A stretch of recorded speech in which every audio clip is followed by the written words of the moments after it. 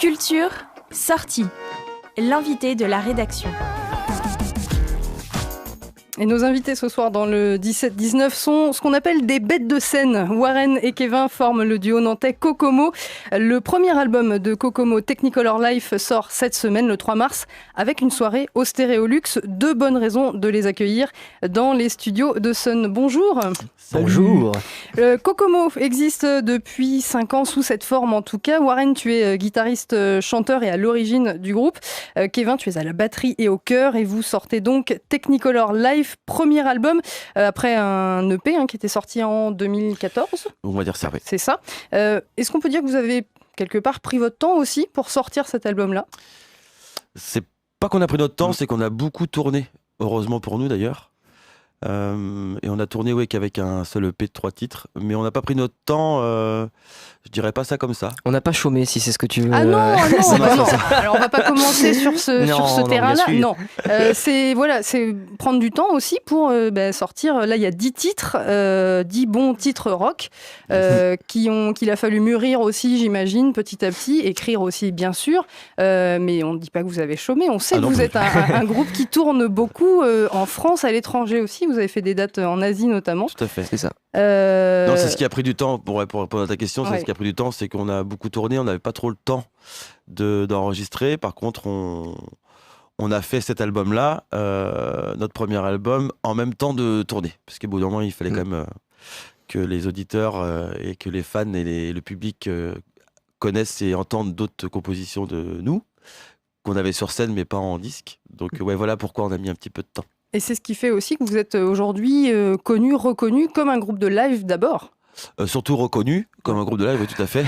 On n'est pas encore connu. Personne ne le sait encore, mais on est très connu. Mais on a vachement fait de live. En fait, c'est ce qui a fait notre identité, en fait. C'était pas avec 3 titres forcément qui nous correspondaient, mais pas forcément en live. Les gens ne s'y retrouvaient pas forcément en live et à l'EP.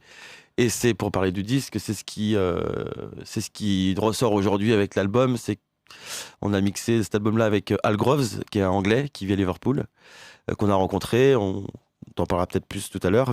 Et lui, il a réussi à mixer l'album un peu façon live, entre guillemets.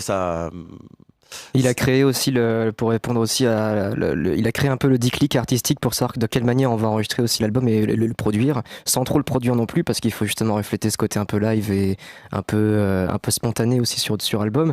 Mais c'est quand même 2 trucs complètement différents. Et c'est vrai que comme on est que 2 aussi, et que en live on part un petit peu dans tous les sens et dans toutes les esthétiques, il a fallu un peu savoir aussi le choix, qu'est-ce qu'on peut faire, parce qu'on avait plein de possibilités et il y a eu aussi ce petit truc là qui a joué aussi en fonction du délai. Mais c'est ce passage-là qui n'a pas dû être forcément facile, justement, passer de la scène au studio pour un groupe comme vous.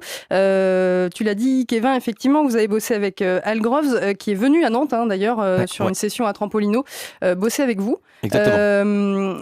Comment ça s'est passé en fait avec lui ? Moi, je me posais la question, est-ce qu'il a travaillé par rapport à des maquettes, des compos qu'il a pu entendre, ou est-ce qu'il vous a vu jouer en live ?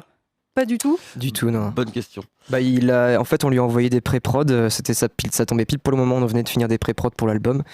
Et puis voilà, on a fait 2 journées un peu d'expérimentation, voir avec lui comment bosser à partir des pré-prod. Et aussi un autre morceau. On a fait 2 morceaux simplement. Et puis un autre morceau le lendemain où on faisait des prises avec lui pour voir sa manière de bosser en studio et faire les prises, voir la totale, quoi. Mais donc voilà. C'était important qu'ils vous connaissent d'abord sur la pré-prod plutôt que par le live. Déjà, et il a découvert aussi notre personnalité, en fait. Il voulait découvrir qui était Warren, qui était Kevin, qui était Kokomo. Et en fonction de ça, il a bien pigé le truc. Il a pigé que Warren était un peu très 70 dans le son, moi un peu plus moderne dans la manière d'écouter la zik, etc. Et donc il a fait tout un mix. Et comme disait Warren, on lui a envoyé les pistes séparées. C'est ce qui a pris un petit peu de temps aussi. Nous, on a vachement avancé dans les pré-prod. On a enregistré tout à Nantes, mais tout a été mixé là-bas. Et il nous a envoyé le boons, qu'on appelle ça. Il a envoyé le droit de gauche, en fait, et on n'avait pas trop à dire grand chose en fait. Vous étiez content. Voilà, ouais. On lui a laissé carte blanche et puis dès le premier envoi on était sublimés par son talent. Rien que ça. On est 2 musiciens sur l'album, mais en fait ça sonne comme plus que ça. Non, pas forcément justement, mais c'est le 3e musicien de l'album. D'accord, ok. Justement sur le boulot avec Al Groves, on l'a dit, vous êtes dans un esprit très rock. On l'a dit aussi assez 70 bien sûr. Il fallait des oreilles et des références britanniques. Est-ce que ça c'est un petit truc qui a dû forcément jouer ? Ce qui est sûr en tout cas, c'est qu'on voulait pas un son forcément qui vienne d'ici. C'est pas que c'est forcément péjoratif, mais on voulait une approche un peu plus différente et plus expérimentale aussi. Enfin, nous on est un peu foufou dans la personnalité sur scène et on voulait pas forcément un sondier qui suive des règles classiques et surtout on voulait un son qui vienne de, enfin un son anglais quoi. Et il a fait un bon son anglais. C'est ce qui fait on sent des influences certes il y a quelques décennies, mais avec un son quand même une texture qui fait assez actuelle, qui sonne moderne. Je sais pas si c'est le bon mot, mais je suis content de te l'entendre, enfin que tu le dises. Voilà, c'est bien. Si en plus on peut lancer des fleurs, c'est formidable. C'est ce qu'on a essayé de faire sur la musique et sur le visuel aussi. Alors justement, le visuel, Technicolor Live, Technicolor, c'est le titre de l'album. Beaucoup de couleurs, forcément. On est même après dans l'imagerie, les photos qu'on peut voir jusqu'au détail de la petite tasse qui fait vraiment 70. Ça, c'est un univers, ça vous éclate en fait, ou c'est... Comment vous vous retrouvez là-dedans ? Moi ça me cause parce que je suis né à cette époque-là et Warren ça lui cause parce qu'il kiffe aussi cette zik-là et cet univers-là. Cette ambiance un peu chaleureuse, un peu chaude, c'est un truc qui m'a toujours fait triper, ne serait-ce que dans le cinéma ou de cette époque-là.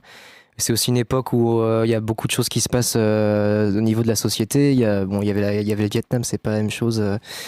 C'est pas exactement le même contexte. Il n'y avait pas que des trucs hyper cool et libérés. Mais en tout cas, artistiquement, les gens tentaient des choses et surtout qu'il y avait beaucoup d'argent aussi à cette époque-là pour la zik. Du coup, ça donnait des projets. Ils laissaient un peu les personnalités en studio se libérer, quoi. Et maintenant, beaucoup moins. Maintenant, on essaie d'enfermer, d'avoir des studios qui n'ont qu'une acoustique ou alors il y a un truc très très mat et du coup, on perd un peu ce côté aussi, ce qui donne du charme à un disque en fait. Voilà. Et comment vous faites, vous, en tant que groupe aujourd'hui, qui sort un album justement en 2017, pour aller contre ce que tu soulignes entre guillemets et qui formate un peu le son, qui fait qu'il y a beaucoup de choses qui se ressemblent, qui sortent. Déjà, il n'a pas été enregistré vraiment en studio, donc forcément, je pense que les sons d'ambiance sont encore un peu là. Mais on a tout fait nous-mêmes, en fait, on a fait ça en auto-prod et puis notre booker et tourneur à LMP Music ont mis aussi on place un peu de sous aussi, pas qu'un peu. Peut-être Saint-Nazaire, LMP. Voilà. Ouais, c'est ça. On va s'intéresser à ces 10 titres aussi, bien sûr, et notamment, puisqu'on a beaucoup parlé musique, beaucoup parlé technique, parlé des textes, forcément, parce que oui, c'est en anglais, mais les textes sont signés par toi, Warren. Il est pas mal question d'amour dans tout ça. Technicolor Life, Sad and Blue, Killing the Kid aussi. Ça pourrait presque être un concept album, mais ça l'est pas vraiment. Mais oui, ça parle souvent du même sujet. Ça parle de ce que j'ai vécu ces 2 dernières années, et en parallèlement dans ma vie personnelle, entre Kokomo et ma vie personnelle. Donc c'est là que tu vas puiser. C'est ça, exactement. Et principalement sur ma chérie, avec qui je suis depuis 2 ans, et puis voilà. Donc et qui a sa petite dédicace dans l'album aussi, d'ailleurs. Qui s'est occupé de la pochette aussi. Et celle qui a fait la pochette aussi. Ouais, c'est pas rien, au passage. Il y a aussi des thèmes qui peuvent être plus en lien peut-être avec le monde autour. Je pense à Evening in Paris, qui fait forcément penser, alors tu vas nous dire si c'est le cas, mais qui fait forcément penser aux attentats parisiens de novembre 2015. Message déterminé sur la liberté et l'idée que les armes ne feront pas taire la musique. Évidemment, une réaction qui vous semblait nécessaire ?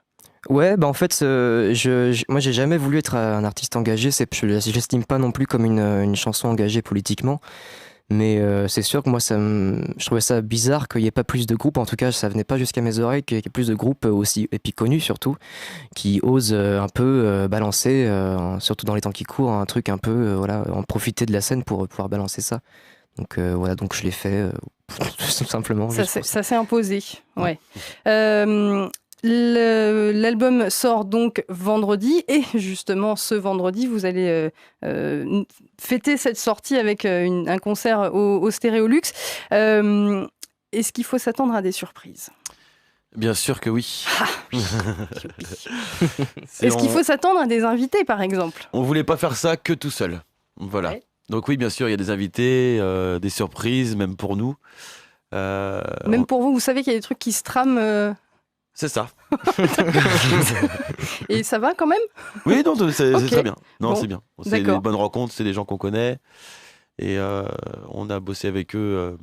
D'autres musiciens nantais. Voilà. Ouais. Et on est très contents et on a hâte de vous faire découvrir Bon, ça. évidemment, on n'en saura pas plus. Il faudra être sur Non. place, c'est sûr, pour le C'est ça. découvrir. Un petit mot, parce que vous ne serez pas le seul groupe à jouer. Il y aura aussi Rivers Il y a Rivera. Rivers Rivera qui joue avant nous, ouais.